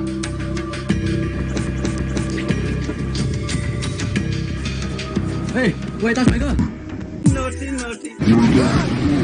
Ooh, did you see how violent that push was? I mean, that push is sure to get under any man's skin. That's a violation of the man code, because you never rub another man's nipples without his permission. Oh, no. No, you never do that. Oh, Gerald must be so pissed right now. His nipples must be bruised. Now Gerald may be pissed, but I hope you won't be, because it's now time for a word from today's sponsor. Don't worry, it'll be quick.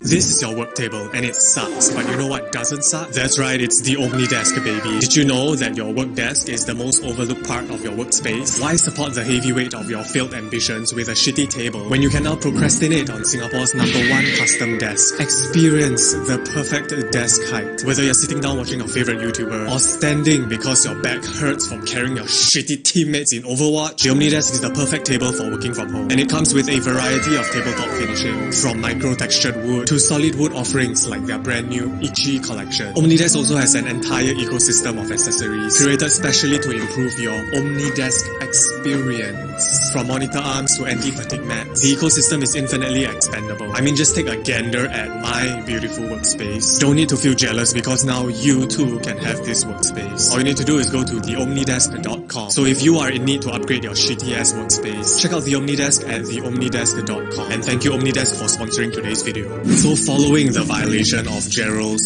nipple area, Mop Hair Boy decides to call his gang. Oh no. You die, I'll show you, I have a gang. But it wasn't really a gang, it was just one dude. Maybe they had a shortage of manpower, I don't know. And then we cut to the next night, a full 24 hours later, where Mop Hair Boy arrives with his one-man gang, Pontak.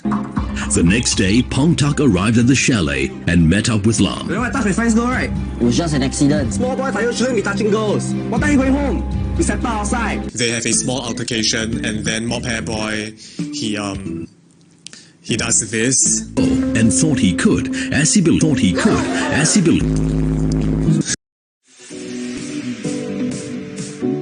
There we go. How you doing? Your nickname in Manchester United camp?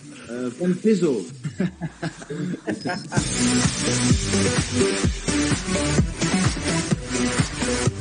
Oh, there we go. How are you doing? Great. Selamat datang semuanya.ขอบคุณทุกท่าน Thank you Robin Fantasy นะครับไว้เจอกันใหม่โอกาสหน้าครับ Thank you. Thank you Robin. Thanks Robin. Thank you very much. Very nice to meet you. Rất vui khi được gặp mọi người. Xin chào mọi người ạ.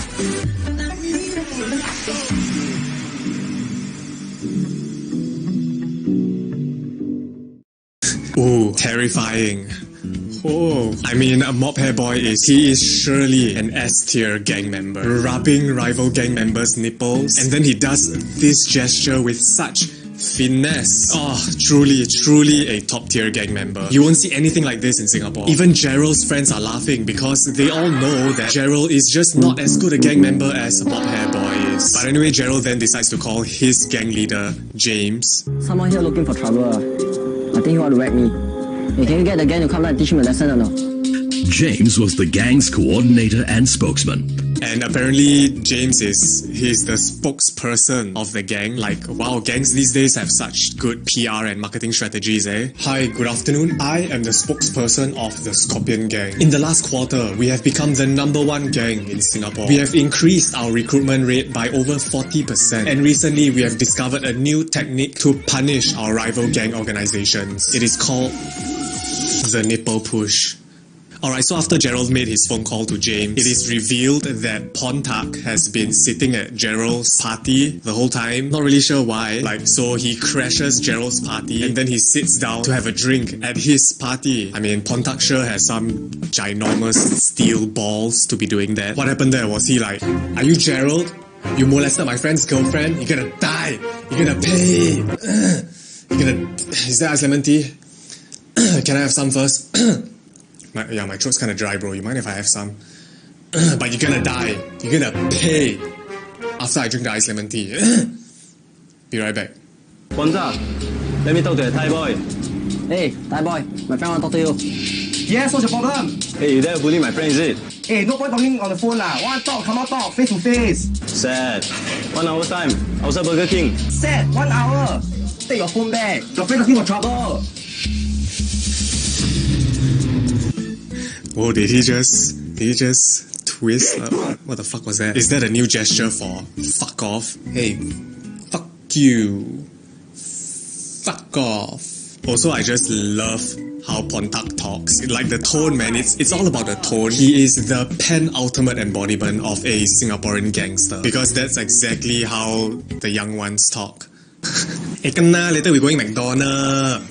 Eat some ice cream. Then later John and Apui coming. Then 我们去 Kakabo 打 LAN. So anyway, Gerald decides to call for more backup, which kind of snowballed to 13 people on his side. So what does Pontac and Mop Hair Boy do? Call for more backup of their own? No, they go in alone. Put him out so we can slap his face together. Hey, there he is. And obviously the talk didn't go well, so one of them suggested that they settle this at a car park, which is, I mean, no surprise there, to be honest. I mean, that's what gangs do, right? They apparently like to settle things in the car park. Like, I don't know, is there so many things to settle? They're always settling everything at the car park. What? Someone stare at you? Go car park settle. Huh? Someone bump into you and never say sorry? Car park settle. What? A Xiao Mei Mei ask for your number? Bring her go car park settle. Hey you, let's go to the car park. You sure? Hey James, don't think you're the only one that can talk. I also can talk. Come on, let's go. Lam, you stay. Hey, are you sure, bro? Sure. If this Jerry molested your girlfriend, he should apologize. I will make sure you apologize. No need to fight. Whoa, wait, what? Pontac? What are you doing, bro? You wanna die? How are you gonna beat up 13 people? He's fucked. Fucked. Big time. So the boys set off to their adventure to the car park, leaving Mop Hair Boy and Gerald behind to have a intense nodding competition, you know? But as the boys wander away to the car park, one of them threw a cheap shot and knocked Pontac on the head with a wrench. Ouch. And the rest is history. Pontac gets a good beating. There's blood everywhere. And he gets sent to the hospital. I mean, what do you expect from such an uneven matchup? 1 versus 13? Yeah, he's a goner. The boys then all get called in to the police station and they start snitching on one another. And that's the end of the episode. Yeah, that's how it ends. Of course, there was a whole wrap-up by a public official, which is basically, you know, that's why you shouldn't join a gang, kids, because nothing good will come of it. Yeah, but with that said, I hope you guys have learned a valuable lesson in today's video, which is to go for regular haircuts. You know, you never want your fringe to be covering your face unless you want to, unless you think you look good in it, which really you don't. Anyway, thank you for watching today's video. If you enjoyed, consider subscribing.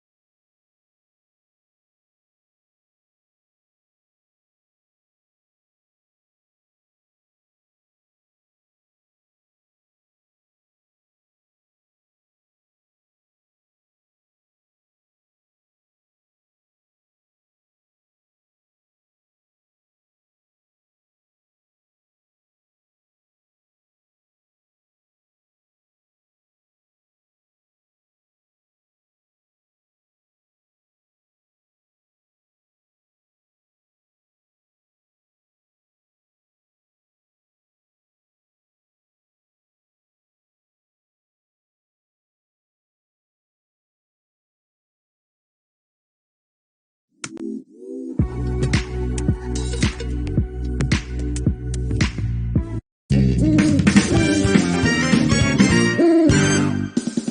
guys! Welcome to the NOC General Knowledge Mega! Extreme! Amazing! Bewildering! Fantabulous! Insane! Challenge! So this challenge where we're gonna be asked general knowledge questions. On the count of 3, we must all answer. Cannot don't answer, you get double forfeit. If you get wrong, get forfeit. Get correct, you are fine. You can pick the forfeit. So simple! There's a table of forfeit in front. Oh my god. Okay, we're gonna kena if we get wrong, but you won't, so play along. Exactly. So, woo! Okay, first question. First question. Everyone here will need some three, just like figure 3. True or false? 3, 2, 1. True! The answer is true.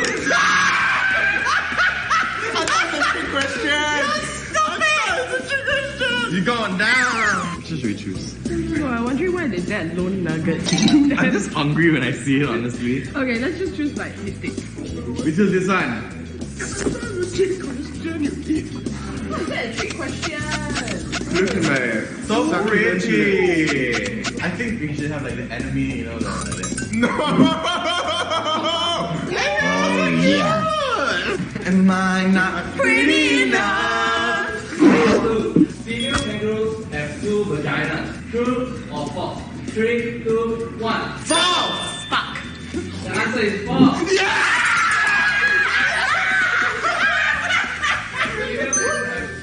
Wait, oh! Vagina? What? Jesus Christ, girl! What do you do with all 3? Ooh, I like this one. What is that? Knee high. Don't do that. How about this? This? Okay, what are we gonna do with this? I got some ties for this. What is it? It just looks like she's perpetually airing her armpits. Posing, girl. Lorong Liulian is just beside Lorong of Life. True or false? 3, 2, 1. False! The answer is true.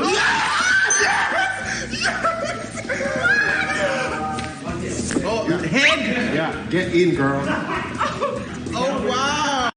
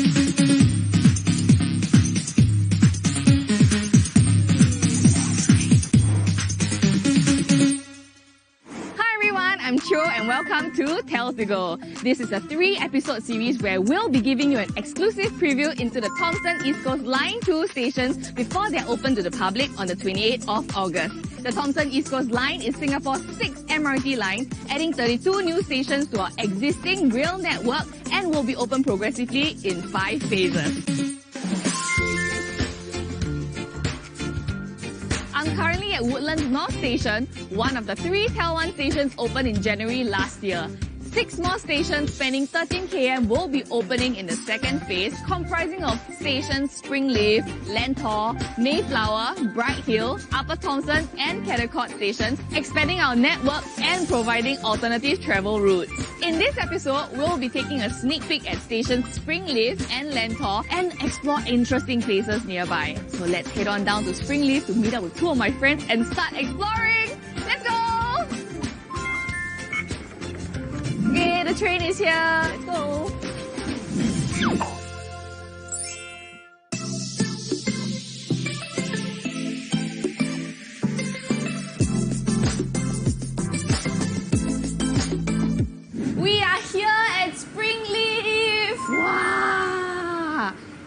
so green. The green background matches my outfit, Oh, so Springleaf, it's the first station, all the way until Catacort. And it is so spacious. Look at the high ceilings and the really long escalators. I see my friend! Hello! You're finally here! Hey, what you mean my family? I only took 10 minutes to come here, you know? It's quite true. Actually, I was telling my friend here, we could have taken a nap while waiting for you, but then quite fast you reached. Yeah, I couldn't even take a nap on the MRT yet. Anyway, guys, this is Fauzi and he will be here with us on this episode. And beside him, Fauzi, can you introduce him? Yes, I'm going to introduce. This is Heng Tak. He plays a very important role in the construction of this Springleaf station. Heng Tak, you want to introduce yourself? Yeah, hi. My name is Heng Tak. I'm the Deputy Project Manager for Springleaf Station. We oversee the whole construction of our station, all the way construction till the end of the project. So as a team, we target for the timely completion of our project as well as to ensure the quality and safety is met. Wow, your job sounds very exciting, Heng Tak. Can you tell us more about this station? Okay, part of the materials that we use are actually considered green material. In other words, they are environmental friendly materials.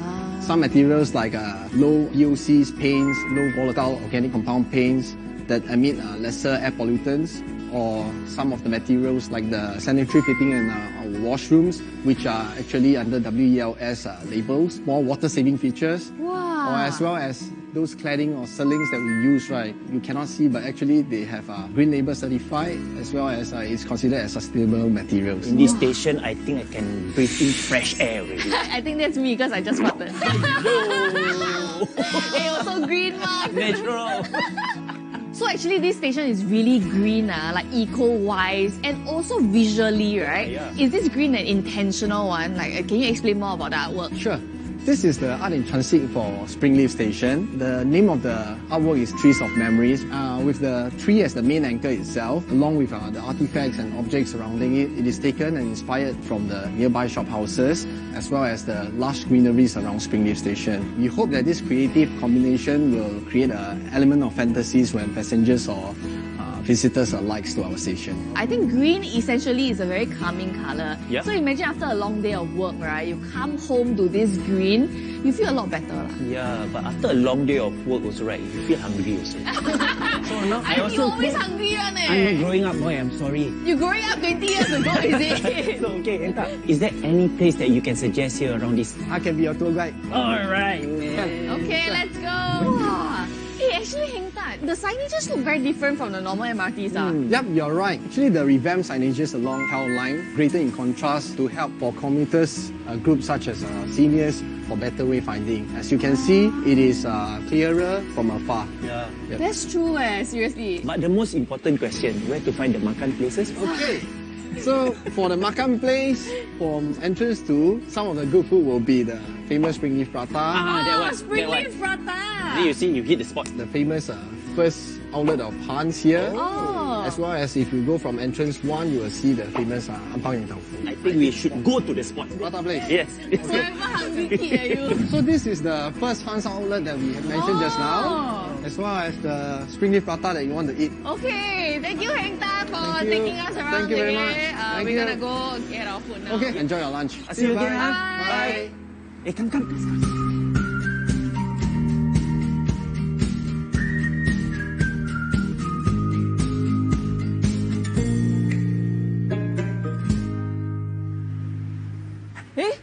I didn't know there's a bicycle parking facility so near to the station exit. There's a bicycle parking facility at all entrances of this station. Hey, you want to make a guess? How many bicycles can these facilities accommodate? Make a guess. I did my research already. This one, I think about 20 plus, right, for one. So maybe a rough guess will be 60 plus. You sure? Last guess. Higher or lower? Higher. 80 plus? 80 plus? Wrong. Then? The real answer is they can accommodate up to 328 bicycles. 328? That's nearly 5 times my initial guess. Your guess all salah one. Hey, that's a lot. But this actually allows for quicker access for residents or people in this vicinity to access the station. Yeah, I think you can save up to 5 to 10 minutes if you cycle here. It's really a great station. Hey, want to explore more places here? Where are you bringing me? If we don't explore, we don't know, ma. Okay lah, let's go. Okay, do it like this. Let's go. Oh, no wonder just just now you make this sign. Now You're going to cycle. Yes. I very long never cycle already. Okay, you go first just in case. I scared. Can? Let's go. Oh. Okay, right now we're here. I think we just go straight there, then we turn left, and we go one round, okay? One round. Can or not? Yeah, can. Tired already? No. Now let's go, let's go! Wait for me. Wait for me.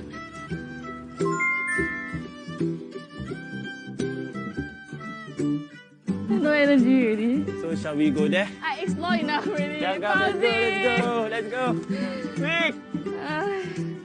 Going there, okay? Peer go pressure. Let's go.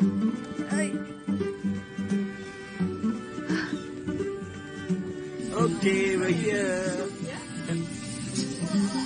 Woo! Oh, we're finally here. That is such a nice place, right? Yes, I agree. But now you're panting. I'm just very tired. Hey, come to think of it, Huh? previously there's no MRT station. It's quite troublesome to reach here because you need to take the bus or take the cab. But now it's so much simpler. Actually, that's true. And Hing Ta also told me Springleaf Nature Park here is an area with high biodiversity. What does that mean? I'll tell you, Bob. Oh, birds! Yeah. No wonder I saw so many different types of birds here. Yes, that's right. There's also a bird watching area because it's home to about, I think, around 80 species of resident and migratory birds due to its close proximity to Central Catchment Nature Reserve. Yeah, okay. I think I will definitely come back here, right, with my camera to take pictures of some of them. Very good idea. But your camera, the lens very good or not? Yeah, I need telephoto lens. Yeah, cannot use handphone. I will borrow from our cam. Can lah! Okay. Take now. You shake it out. Take now. Okay, I take it. Whew. Today has been so much fun, right? Hey, I still got one more station to show you. Really? Yes. Okay, you lead the way. Let's go! Hey, Fauzi, keep up! Okay, coming. Hey, Fauzi, do you know that each TEL train carriage comes with 5 doors to facilitate passenger flow? Wow, that's really convenient, especially during peak hours. Yeah. To reduce overcrowding at the doors. Yeah, that's quite smart. Then you don't have to squeeze through the door. Squeeze. Hey, come on. Don't need to squeeze, right? See?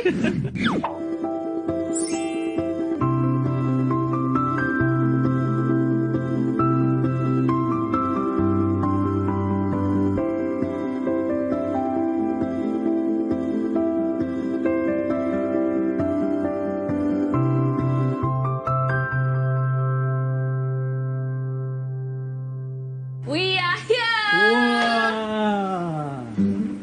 Wow! What is this giant art piece there? Man. Wow, I'm so inspired. 床前明月光，疑是地上霜。举头望明月，低头思故乡。 I know what you're doing. You're doing the MRT announcement. Demi keselamatan anda, harap berdiri di belakang garisan kuning, correct? No!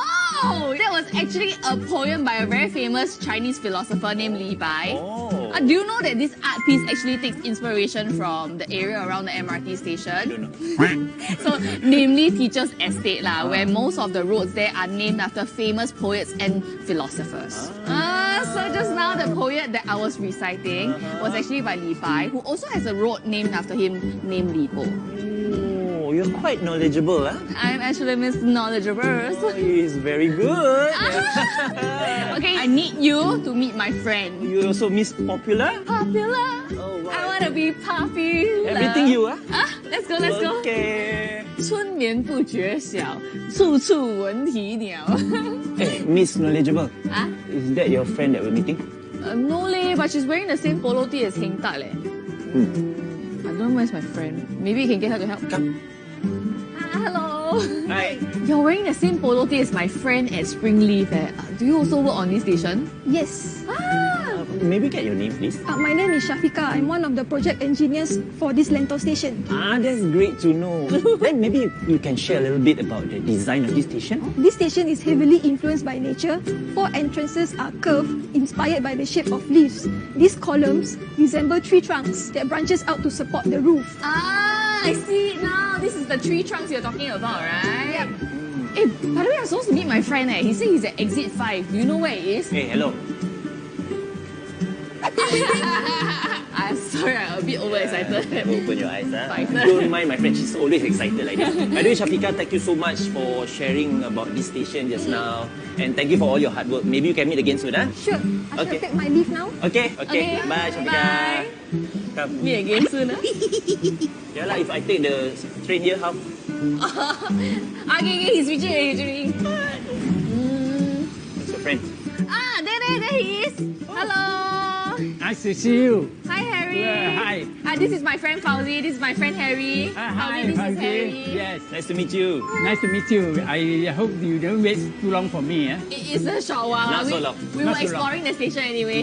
Very good. I'm so glad that this station is opening now. You mind telling us more about this area? Yes, this area was part of a Grand Prix circuit. We call it Upper Thompson Circuit. And cars and motorcycles used to race around here from 1961 to 73. The circuit is about 4.865 kilometers. And speaking of Grand Prix, right? Why don't we do a race then? You okay now? How to race over here? Can lah. Ta-da! You can also buy these TEL toy trains on the Next Stop online store on Lazada, Shopee, Q10 for your friends and relatives too. You can buy for your friends and relatives too after you lose. Let's see who loses.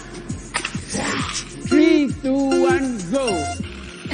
Hey! Harry, please announce the winner. The winner is Cho on my left. Harry, spoil already. I think your train needs to charge. Oh, charge Okay, sorry. You are spoiled. It's not charged. So, Fauzi, how does it feel like to be standing next to a champion? It feels like there's always unfairness in every competition. So let's not dwell too much on that, okay? Okay. If you say so. Oh, Harry, huh? Because you're not prepared for the occasion. See, Harry... You're not prepared. No, Harry's on my side. Harry's trying to be positive thinking person, not like you. Okay, let's not talk so much about this, Harry. I just want to ask you, how do you feel having this station built so close to where you stay?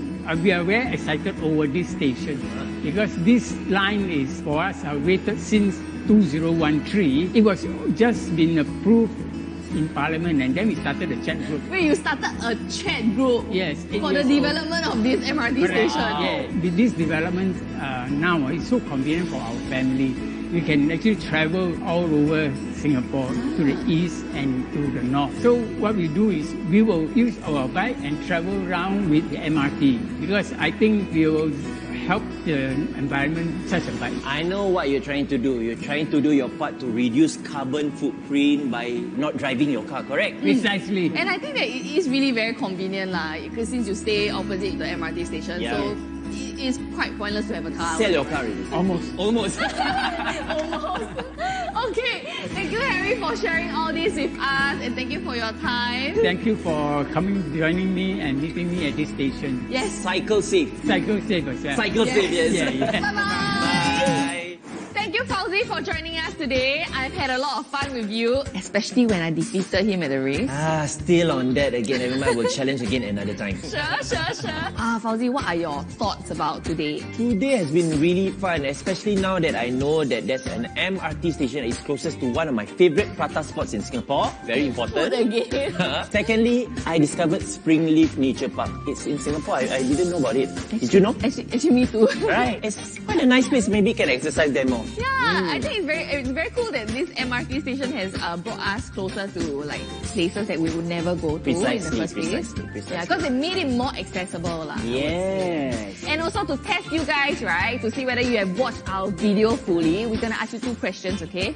So the first question that I have is, how many bicycles can Springleaf MRT station accommodate? How many? How many? Second question. Share with us your favourite part of the 2 stations that we featured today. Favourite part? 2 stations. Which part? So once again, thank you so much for joining me today. I had a lot of fun. Thank you. And to our viewers, please stay tuned for the next episode of TEL2, where we'll be going to explore other stations, okay, and explore the interesting places nearby, okay? So we'll see you. Bye-bye.